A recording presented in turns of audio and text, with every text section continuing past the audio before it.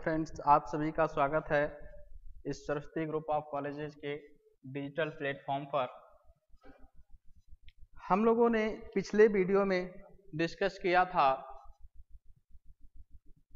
Cell junction के बारे में, जिसमें हम लोगों ने वेरियस टाइप के जितने भी तरह के सेल जंक्शंस होते हैं उन सबको डिस्कस कर लिया था और हम लोगों ने स्टार्ट कर दिया था इंडो मेम्ब्रेन सिस्टम को। इंडो मेम्ब्रेन सिस्टम में हम लोगों ने देखा था कि इंडो मेम्ब्रेन सिस्टम होता क्या है। तो इसमें हम लोगों ने ये देखा था कि इंडो मेम्ब्रेन सिस्टम, इसमें कई तरह के सेल ऑर्गेनेल्स और मेम्ब्रेन मिलकर के एक पूरी सिस्टम बनाते हैं और वह सिस्टम बनाने के बाद वो चीज़ों को यानी लिपिड और प्रोटीन्स को क्या करते हैं, मॉडिफिकेशन का काम करते हैं। लिपिड और प्रोटीन को मॉडिफाई करते हैं, उनको पैक करते हैं यानी पैकेजिंग और ट्रांसपोर्ट करने का काम करते हैं। तो इसमें हम लोगों ने देखा था कि कौन कौन सी चीज़ें इन्वॉल्व होती हैं। तो सबसे पहले हम लोगों ने देखा कि न्यूक्लियर मेम्ब्रेन भी इसमें इन्वॉल्व होता है। न्यूक्लियर मेम्ब्रेन, इसके अलावा हम लोगों ने देखा, अच्छा यहाँ लिखा तो है, न्यूक्लियर मेम्ब्रेन या न्यूक्लियर पोर इन्वॉल्व होता है। इसके अलावा इसमें endoplasmic reticulum, Golgi complex, lysosome और वैक्यूल्स, तो ये सब मिलकर के एक सिस्टम का फॉर्मेशन करते हैं। और ये सारे सिस्टम मिलकर के यानी यहाँ से लेकर के कुछ जो मेम्ब्रेन और सेल ऑर्गेनेल्स हैं ये मिलकर के एक सिस्टम बनाते हैं और उसी सिस्टम को हम लोग क्या कहते हैं, इंडो मेम्ब्रेन सिस्टम कहते हैं। इसी सिस्टम को इंडो मेम्ब्रेन सिस्टम कहते हैं।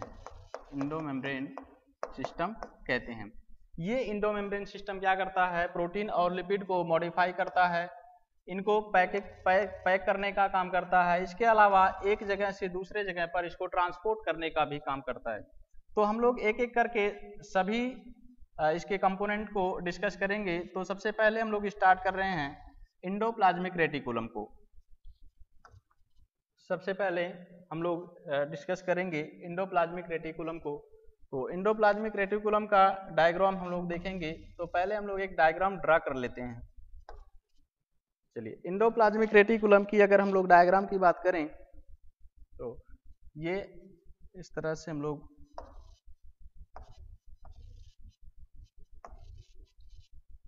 ये हो गया न्यूक्लियर मेम्ब्रेन,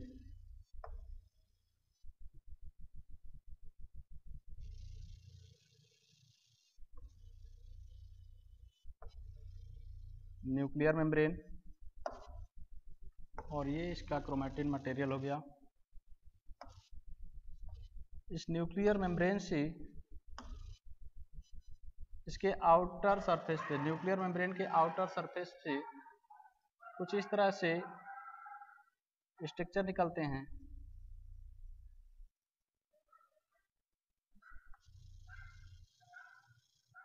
इस तरह से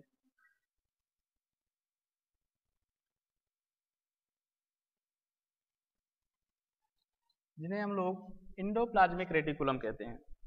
तो इंडोप्लाज्मिक रेटिकुलम की हम लोग बात कर रहे हैं।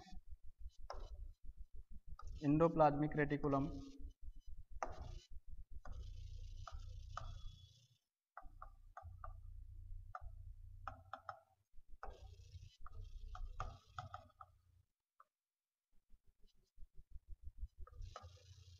इंडोप्लाज्मिक रेटिकुलम, तो इंडोप्लाज्मिक रेटिकुलम का मतलब क्या होता है। इंडो मीन्स हो गया अंदर यानी कि सेल के अंदर, और रेटिकुलम मीन्स होता है नेटवर्क।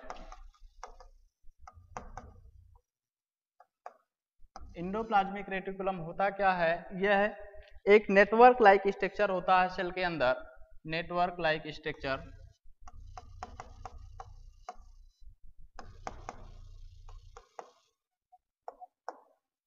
जो सेल को सपोर्ट भी करता है।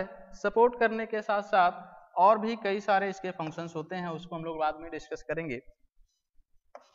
तो इस इंडोप्लाज्मिक रेटिकुलम में देखेंगे तो इस इंडोप्लाज्मिक रेटिकुलम का ये जो पूरा डायग्राम बना है, इंडोप्लाज्मिक रेटिकुलम ये ट्यूब्यूल्स जैसा दिख रहा है, और इसके अलावा यहाँ पर कुछ वेसिकल्स भी होते हैं।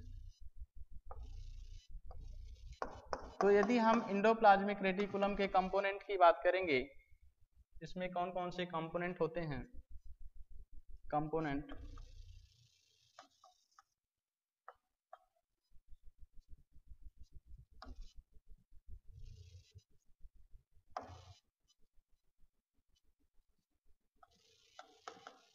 तो इसके कंपोनेंट्स या एलिमेंट में देखेंगे तो सबसे पहले आता है सिस्टर्नी, या मैं यहां लिखूं ये है इसका सिस्टर्नी।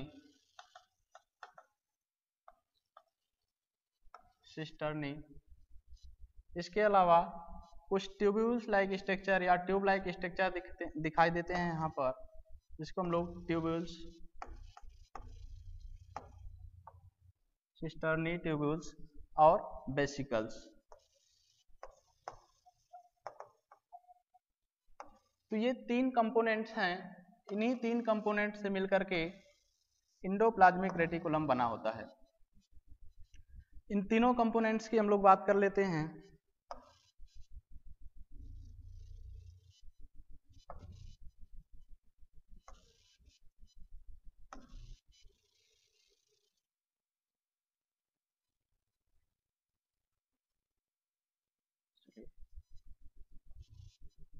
अगर हम बात करें सिस्टर्नी की, तो ये जो सिस्टर्नी है ये फ्लैटेंट स्ट्रक्चर होता है,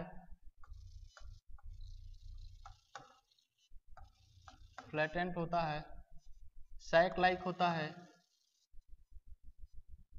सैक लाइक।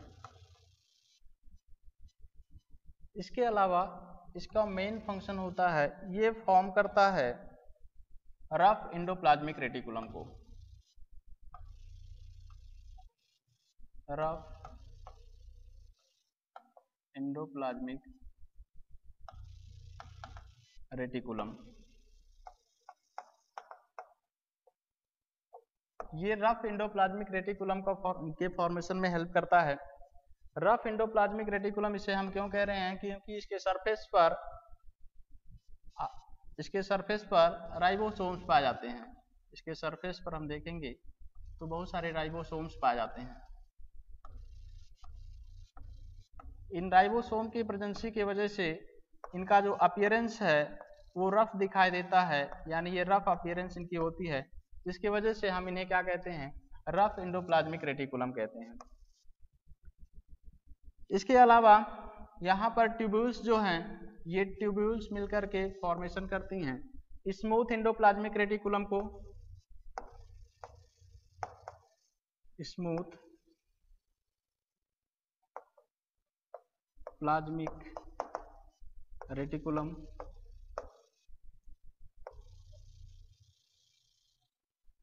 ठीक है, तो ये स्मूथ इंडोप्लाज्मिक रेटिकुलम का फॉर्मेशन करते हैं। ट्यूब्यूल्स की बात करेंगे तो इसका जो ल्यूमेन होता है, अच्छा यहाँ पर एक बात और हम यहीं पर डिस्कस कर लें, तो ये जो सिस्टर्नी होती है, तो सिस्टर्नी इसके अलावा ये फ्लैटेंट होता है, सैक लाइक होता है, और भी अगर इसके हम फीचर्स की बात करेंगे तो इसका जो ल्यूमेन है वो बहुत नैरो होता है।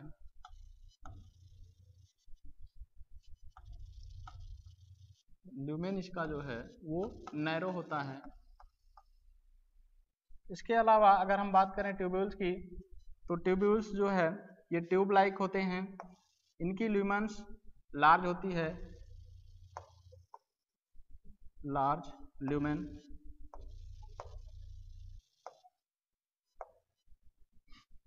ठीक है, तो ये स्मूथ इंडोप्लाज्मिक रेटिकुलम की फॉर्मेशन करते हैं। वेसिकल की बात करें तो ये वेसिकल्स के अंदर जितने भी ये रफ इंडोप्लाज्मिक रेटिकुलम या स्मूथ इंडोप्लाज्मिक रेटिकुलम जितने भी कंपोनेंट्स का फॉर्मेशन करते हैं या मटेरियल का फॉर्मेशन करते हैं, उन सबको इस वेसिकल के अंदर पैक किया जाता है, और पैक करने के बाद इन्हें एक सेल ऑर्गेनेल से दूसरे सेल ऑर्गेनेल के पास ट्रांसफर कर दिया जाता है। तो इनको क्या किया जाता है, यहां से ट्रांसपोर्ट कर दिया जाता है,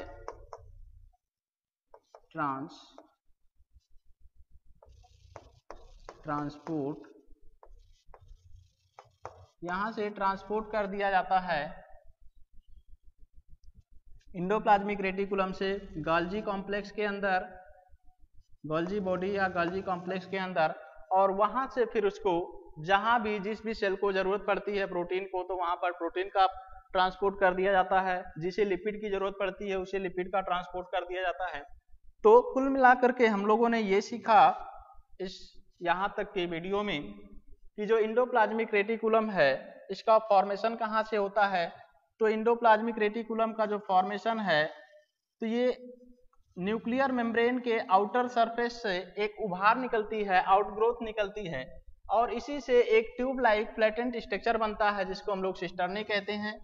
सिस्टर्नी के बारे में हम लोगों ने देखा कि ये कैसा होता है, प्लेटेंट होता है, सैक लाइक होता है। इसकी जो ल्यूमेन है वो बहुत नैरो होती है और इसके ऊपर राइबोसोम्स लगे होते हैं। अच्छा, ये एक पॉइंट यहाँ पर और भी क्लियर कर दें, इस राइबोसोम को अटैच कराने के लिए जो प्रोटीन्स की इन्वॉल्वमेंट होती है, यानी जो प्रोटीन यहाँ पर इन्वॉल्व होता है उस प्रोटीन को हम लोग कहते हैं राइबोफोरिन। यहाँ पर इस राइबोसोम को अटैच कराने के लिए एक प्रोटीन की आवश्यकता पड़ती है और वह प्रोटीन होता है राइबोफोरिन। राइबोफोरिन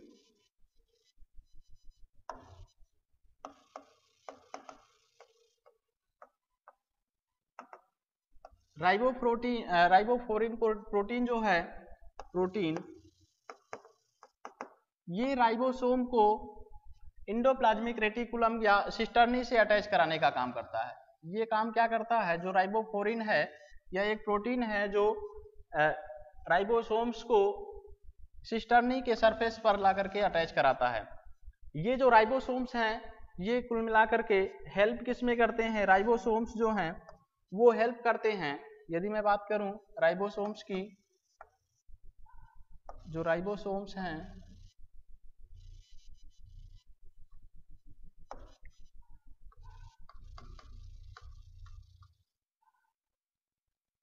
तो राइबोसोम्स हेल्प किस में करते हैं, हेल्प करते हैं प्रोटीन सिंथेसिस में।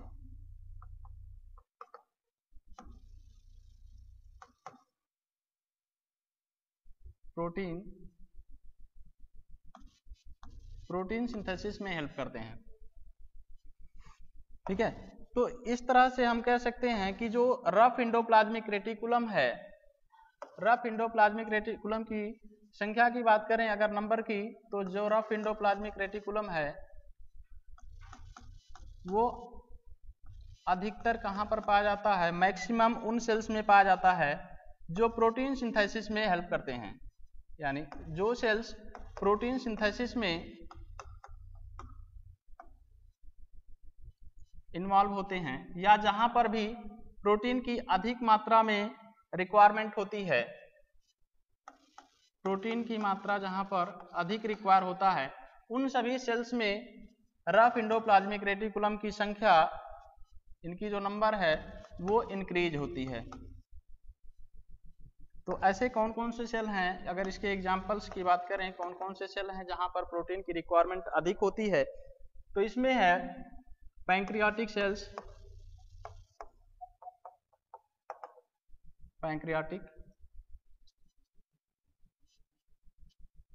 सेल्स, ठीक है। और स्मूथ इंडोप्लाज्मिक रेटिकुलम की बात करें अगर हम, तो जो स्मूथ इंडोप्लाज्मिक रेटिकुलम है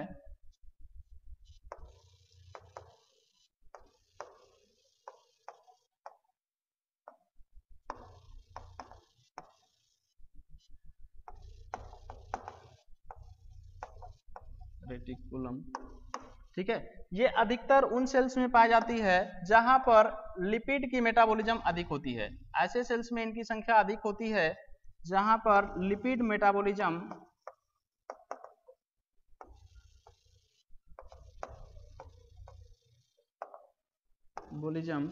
इंक्रीज होती है। तो ऐसे सेल्स जहां पर लिपिड की मेटाबॉलिज्म अधिक होती है उन सभी सेल्स में कौन से इंडोप्लाज्मिक रेटिकुलम पाए जाते हैं, स्मूथ इंडोप्लाज्मिक रेटिकुलम पाए जाते हैं। जैसे अगर हम एग्जांपल्स की बात करें तो यहाँ पर एडिपोज सेल्स, इंटरस्टिशियल सेल,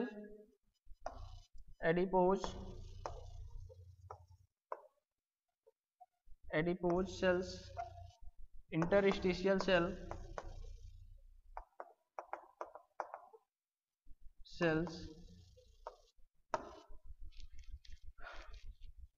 और स्पर्मेटोसाइट,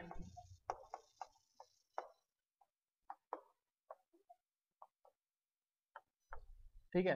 तो अब तक हम लोगों ने देख लिया कि इसमें कौन कौन से कंपोनेंट हैं। तो इसमें हम लोगों ने देखा 3 कंपोनेंट हैं, सिस्टर्नी है, ट्यूब्यूल्स हैं और वेसिकल्स हैं। तीनों का हम लोगों ने फंक्शन देखा, कौन कौन से कंपोनेंट क्या क्या बना रहे हैं। अब हम लोग आते हैं अपने इस वाले पार्ट पर। चलिए देखते हैं इंडोप्लाज्मिक रेटिकुलम है क्या। तो यहाँ पर देख लेते हैं, the endoplasmic reticulum is an organelles with in the eukaryotic cells. अगर बात करें जो इंडोप्लाज्मिक रेटिकुलम है इसकी प्रेजेंसी कहाँ पर होती है, तो मैक्सिमम जितने भी यूकैरियोटिक सेल्स होते हैं,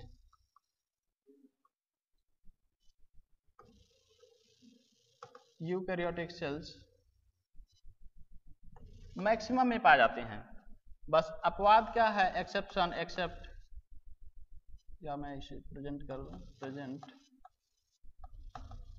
ये प्रेजेंट होते हैं सभी यूकैरियोटिक सेल्स में एक्सेप्ट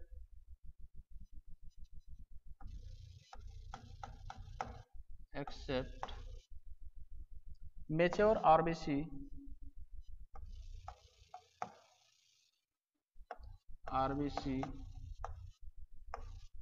ऑफ मैमल,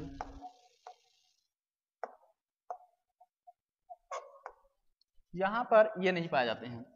तो चलिए इंडोप्लाज्मिक रेटिकुलम की अगर बात करें तो ये एक नेटवर्क होते हैं। यहाँ इंडोप्लाज्मिक रेटिकुलम क्या है, मींस एक नेटवर्क। इंडोप्लाज्मिक रेटिकुलम का मींस क्या होता है, network within the cell. Cell के अंदर एक नेटवर्क जैसा संरचना होता है। इसमें 2 तरह के इंडोप्लाज्मिक रेटिकुलम पाए जाते हैं, जैसा हम लोगों ने पहले ही डिस्कस कर लिया। रफ इंडोप्लाज्मिक रेटिकुलम क्यों कहते हैं, क्योंकि यहाँ पर राइबोसोम्स पाए जाते हैं, इसके सरफेस पर राइबोसोम्स पाए जाते हैं, जिसके वजह से इसकी अपीयरेंस रफ होती है और इसे हम रफ इंडोप्लाज्मिक रेटिकुलम कहते हैं। दूसरा स्मूथ इंडोप्लाज्मिक रेटिकुलम। और दोनों ही तरह के जो इंडोप्लाज्मिक रेटिकुलम हैं वो एक दूसरे से इंटरकनेक्ट होते हैं इंटरमेम्ब्रेन के द्वारा। इंटरमेम्ब्रेन के द्वारा एक दूसरे से इंटरकनेक्ट होते हैं। The organelles is made up of cisternae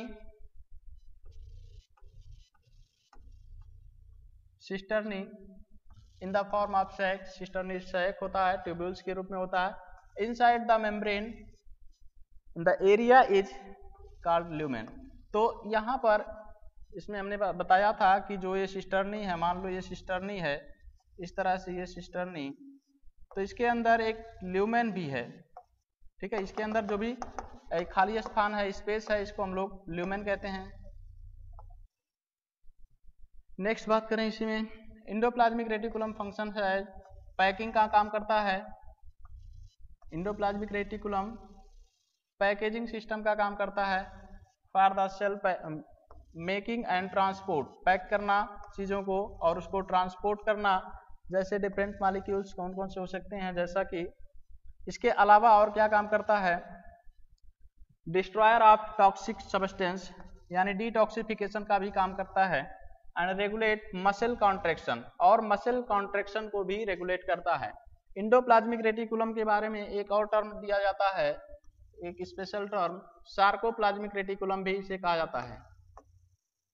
sarcoplasmic reticulum, sarcoplasmic reticulum special term है जो स्पेशली मसल्स में पाए जाने वाले इंडोप्लाज्मिक रेटिकुलम के लिए यूज किया जाता है। ये मसल्स में जो इंडोप्लाज्मिक रेटिकुलम पाए जाते हैं उन्हें हम सार्कोप्लाज्मिक रेटिकुलम कहते हैं। और ये मसल्स के अंदर कैल्शियम के लेवल को मेंटेन करते हैं। मसल सेल के अंदर ये कैल्शियम के लेवल को मेंटेन करते हैं।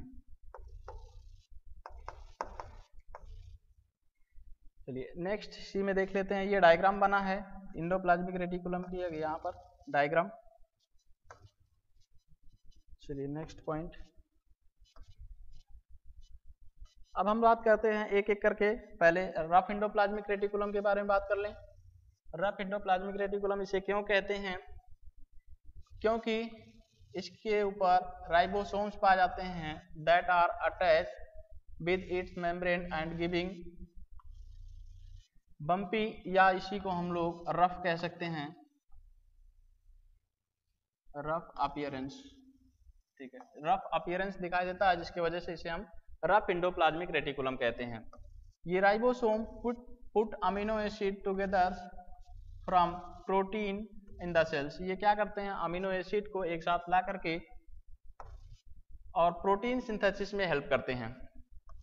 Ribosome translate genetic code from the nucleus into A sequence of amino acid which is why the rough endoplasmic reticulum is connected with the nucleus. तो यह क्या करता है, राइबोसोम को यानी अमीनो एसिड को एक दूसरे के साथ अटैच करता है और प्रोटीन सिंथेसिस में हेल्प करता है।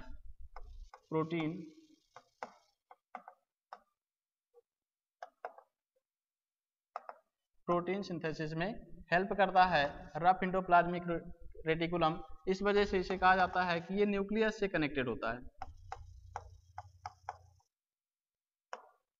न्यूक्लियस से कनेक्टेड होता है। The rough endoplasmic reticulum is connected network of flattened sac, जिसको हम लोग सिस्टर्नी कहते हैं, जैसा कि हम लोग पहले ही डिस्कस कर चुके हैं।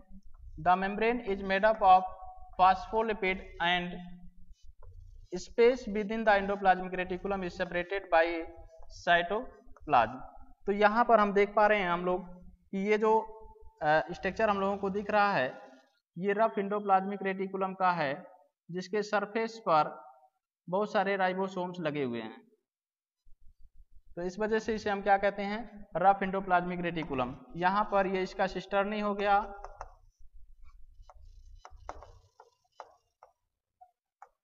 पहले ही डिस्कस कर चुके हैं हम लोग। अब इसके फंक्शन की बात करें तो रफ एंडोप्लाज्मिक रेटिकुलम का जो प्राइमरी फंक्शन है वो प्रोटीन सिंथेसिस में हेल्प करता है। पहला फंक्शन इसका help in protein synthesis.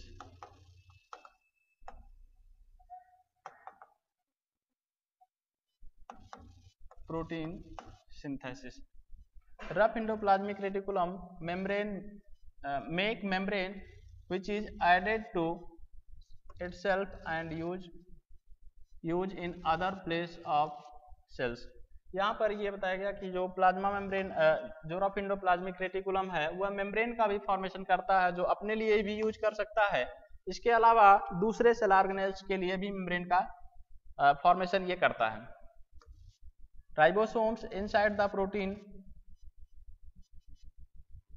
insert protein into the endoplasmic reticulum membrane and the endoplasmic reticulum enzymes make phospholipid from the protein। तो यहाँ पर जो राइबोसोम्स हैं ये क्या करते हैं, प्रोटीन का सिंथेसिस करवाते हैं। प्रोटीन सिंथेसिस करवाने के बाद इनको पहले प्रोटीन सिंथेसिस यहाँ पर मान लीजिए हुआ, अब ये जो प्रोटीन सिंथेसिस हुआ इसको वापस एंडोप्लाज्मिक रेटिकुलम के ल्यूमेन में इंसर्ट करा दिया जाता है। वहां से फिर ये ट्रांसपोर्ट होकर के गोल्जी कॉम्प्लेक्स पर जाते हैं और गोल्जी कॉम्प्लेक्स फिर उसमें एक वेसिकल का फॉर्मेशन करता है और सेल वॉल से यानी प्लाज्मा मेम्ब्रेन से इसको बाहर कर देता है। जहां भी जिस सेल की जरूरत पड़ती है वहां तक, टारगेट ऑर्गन तक या टारगेट सेल तक उसको पहुंचा दिया जाता है। नेक्स्ट, फॉस्फोलिपिड क्रिएट ये bilayer which added to the membrane making the layer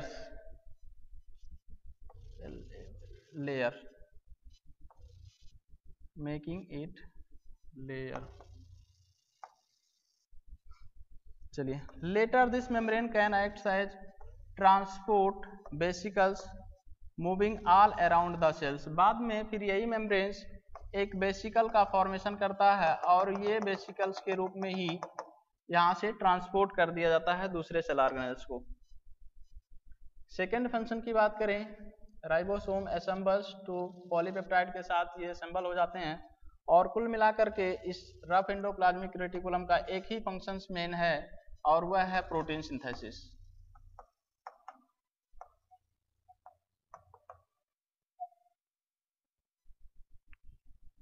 तो यहाँ पर देख पा रहे हैं कि ये है हमारा न्यूक्लियस न्यूक्लियस है, और इस न्यूक्लियस से ही ये हमारा रफ एंडोप्लाज्मिक रेटिकुलम है।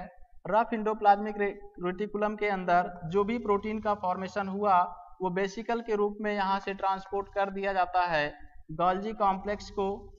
यानी सबसे पहले फॉर्मेशन कहाँ पर हुआ, किसी भी प्रोटीन का फॉर्मेशन कहाँ पर होता है, इस राइबोसोम के हेल्प से रफ एंडोप्लाज्मिक रेटिकुलम के ऊपर सिंथेसिस होता है, फिर इसे एक वेसिकल के रूप में पैक किया जाता है, वेसिकल में पैक किया जाता है, और यह वेसिकल ट्रांसपोर्ट कर दिया जाता है गोल्जी कॉम्प्लेक्स को, और फिर यह जो है प्लाज्मा मेम्ब्रेन से एक्सोसाइटोसिस होता है इसका, और एक्सोसाइटोसिस के द्वारा एक टारगेट आर्गन तक इसको पहुंचा दिया जाता है, या टारगेट सेल तक इसको पहुंचा दिया जाता है, जहां भी इस तरह के प्रोटीन की रिक्वायरमेंट होती है। नेक्स्ट हम लोग बात करते हैं स्मूथ एंडोप्लाज्मिक रेटिकुलम की। तो स्मूथ एंडोप्लाज्मिक रेटिकुलम की बात करें अगर, तो स्मूथ एंडोप्लाज्मिक रेटिकुलम का फॉर्मेशन होता किससे है, तो हमने बताया कि जो ट्यूब्यूल्स होते हैं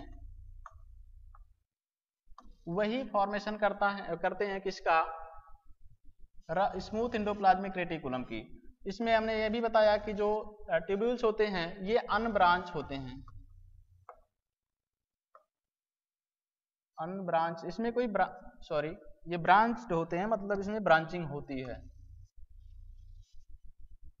ये ब्रांच्ड होते हैं। इनकी अगर हम लोग एक डायग्राम बनाएं तो ये कुछ इस तरह से दिखाई देते हैं, ठीक है।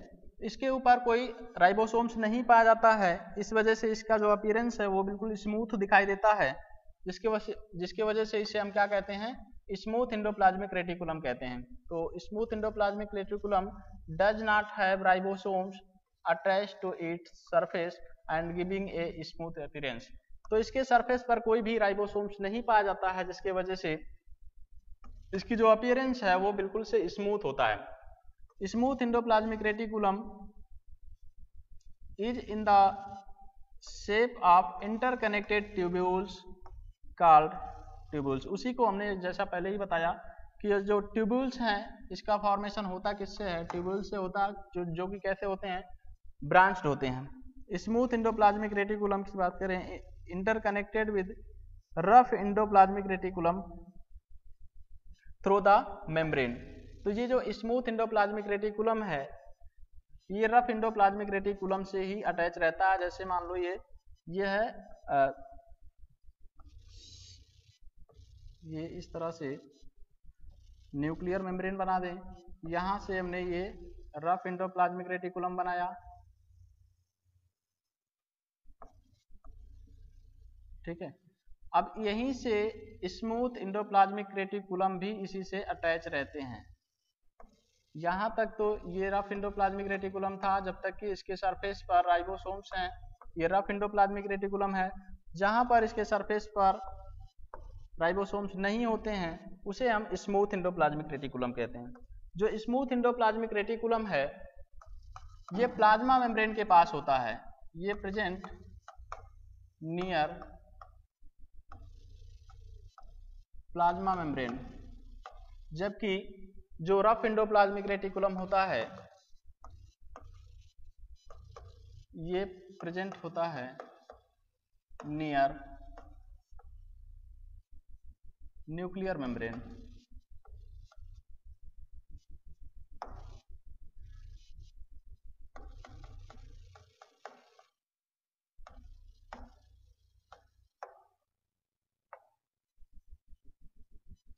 चलिए इसमें देख लेते हैं।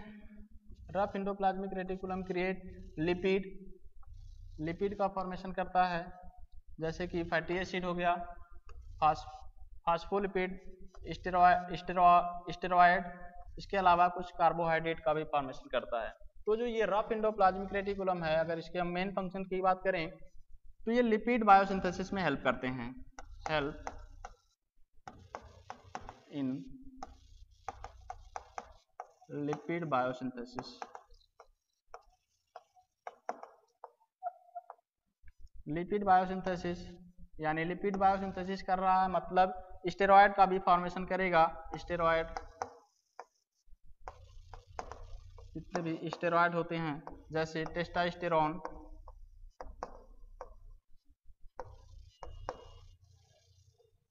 एस्ट्रोजन,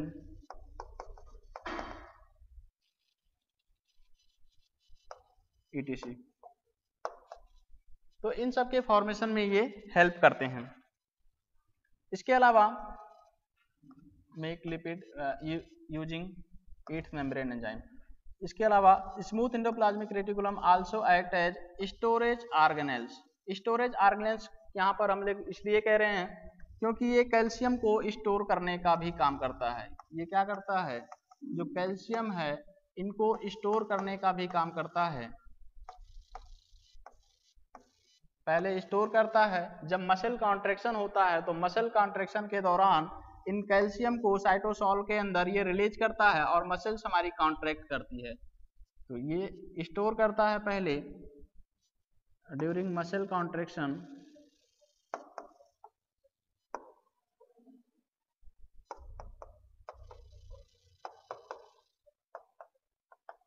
मसल कॉन्ट्रैक्शन के दौरान इन सबको वापस रिलीज करता है। ये रिलीज कर देगा, release into cytosol.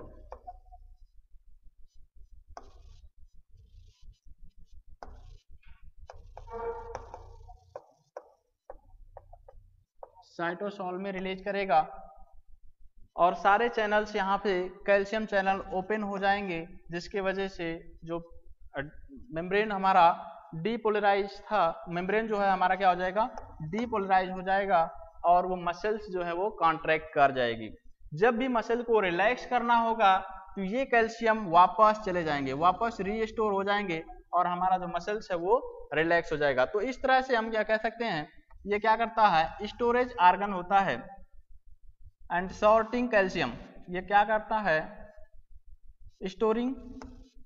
Storing calcium ion, ये कैल्शियम आयन को स्टोर करता है which are needed for the muscle contraction. जैसा कि हमने बताया मसल कॉन्ट्रैक्शन, इसके अलावा nerve signal muscles in which calcium ion leak, जिसमें क्या होता है, कैल्शियम आयन लीक आउट होता है। लीक आउट कहने का मतलब वहां से साइटोसोल में रिलीज होना, यहां से क्या हो गया, लीक करना, या इसी को हम कह सकते हैं रिलीज होना।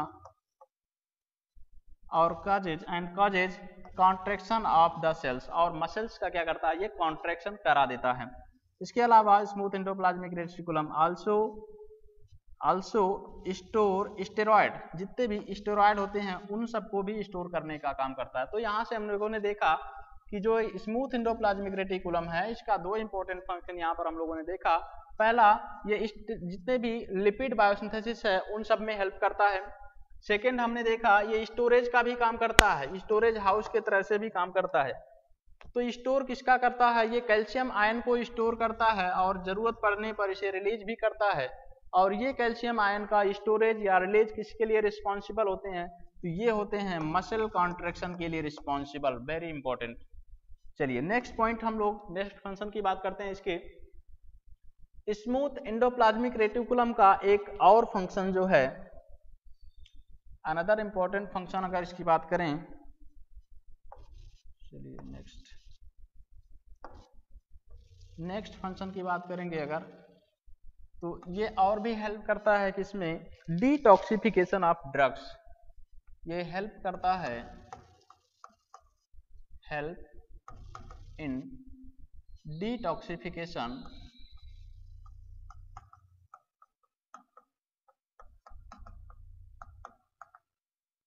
of drugs and other steroids and other harmful component। ठीक है, तो ये ड्रग्स के डिटॉक्सिफिकेशन में हेल्प करता है। ड्रग्स के डिटॉक्सिफिकेशन का मतलब हो गया, जितने भी ड्रग्स हैं या कोई भी टॉक्सिकेंट है तो उन सबको डिटॉक्सिफाई करने का भी काम करता है। और ये डिटॉक्सिफिकेशन का जो फंक्शन है वो कहाँ पर परफॉर्म होता है, तो ये लिवर के अंदर होता है। लिवर के अंदर एक एंजाइम, विशेष प्रकार की एंजाइम्स पाई जाती है और वही एंजाइम्स क्या करती है, इसके डिटॉक्सिफिकेशन में हेल्प करती है। तो साइटोक्रोम पी, यहाँ पर मैं एंजाइम का नाम लिख दूं, साइटोक्रोम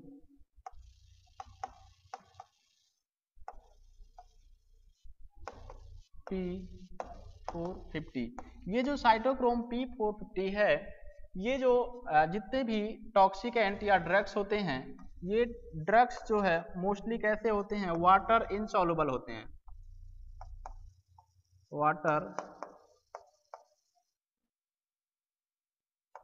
वाटर इनसॉल्युबल होते हैं। और ये P450 जो है साइटोक्रोम, इनको करता क्या है, तो ये जो साइटोक्रोम है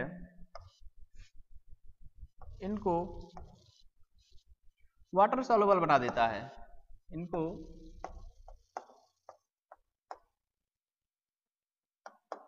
इनको वाटर सॉल्युबल बना देगा। और जब ये वाटर में सॉल्युबल हो गए तो इन्हें आसानी से इजिली इनको हम यूरिन में पास कर सकते हैं। फिर इसके बाद ये होता क्या है, यूरिन में पास हो जाते हैं, पास आउट इनटू यूरिन। तो इस तरह से ये ड्रग्स को भी क्या करते हैं, डिटॉक्सिफिकेशन में हेल्प करते हैं। तो जितने भी, यही रीजन है कि जो जितने भी शराब पीने वाले व्यक्ति होते हैं, उनकी जो शराब की अमाउंट है वो दिन प्रतिदिन क्या होती है, बढ़ती जाती है, क्योंकि वो ड्रग्स लेते हैं, मतलब शराब पीते हैं। और हमारे अंदर जो भी स्मूथ एंडोप्लाज्मिक रेटिकुलम है, ये लगातार क्या करता है, उन्हें रिलीज करा देता है, उन्हें डिटॉक्सिफाई कर देता है। तो उन्हें लगता है कि हम कितना पी लें जिससे कि इसकी जो असर है हमारे बॉडी में बढ़ता जाए। बट होता क्या है कि ये क्या करते हैं, इनकी लेवल को कम कर देते हैं। क्यों? क्योंकि इन्हें डिटॉक्सिफाई कर देते हैं, तो जिसकी वजह से वो अपने अमाउंट को, जो शराबी हैं वो अपने अमाउंट को लगातार बढ़ाते जाते हैं, जबकि ये स्मूथ एंडोप्लाज्मिक रेटिकुलम उनके अमाउंट को क्या करता है, घटा देता है, उन्हें यूरिन के साथ पास आउट कर देता है। तो इस तरह से उनकी जो अर्ज है वो लगातार बढ़ती जाती है। तो यही चीज सेम लिखा है, यानी smooth endoplasmic reticulum in the liver cells has a specific function regulating the amount of sugar metabolism, यानी शुगर को भी ब्लड स्ट्रीम में, यानी ब्लड की जो स्ट्रीम है उनमें शुगर मेटाबॉलिज्म को भी कंट्रोल करता है। इसके अलावा it also help to get rid of toxic substance in the liver such as alcohol, drugs by producing a specific enzyme। specific enzyme क्या है, वही साइटोक्रोम P450, यही जो स्पेसिफिक एंजाइम है ये क्या करता है, डिटॉक्सिफाई कर देता है। तो डिटॉक्सिफिकेशन में ये हेल्प करते हैं। तो इस तरह से आज के इस वीडियो लेक्चर्स में हम लोगों ने डिस्कस किया एंडोप्लाज्मिक रेटिकुलम, उसके कंपोनेंट्स को, कितने कंपोनेंट्स हैं, उनका क्या फंक्शन है, सारे फंक्शन को भी परफॉर्म किया इसमें। इसके अलावा भी अगर हम लोग इसके कुछ और फंक्शन की बात करें, चलिए ठीक है। तो इस तरह से हम लोगों ने आज इसको डिस्कस कर लिया। अगली क्लास में हम लोग दूसरे कंपोनेंट को हम लोग डिस्कस करेंगे एंडोमेम्ब्रेन सिस्टम के लिए। तब तक के लिए आप लोगों को धन्यवाद, आप लोगों ने वीडियो को देखा। Thank you.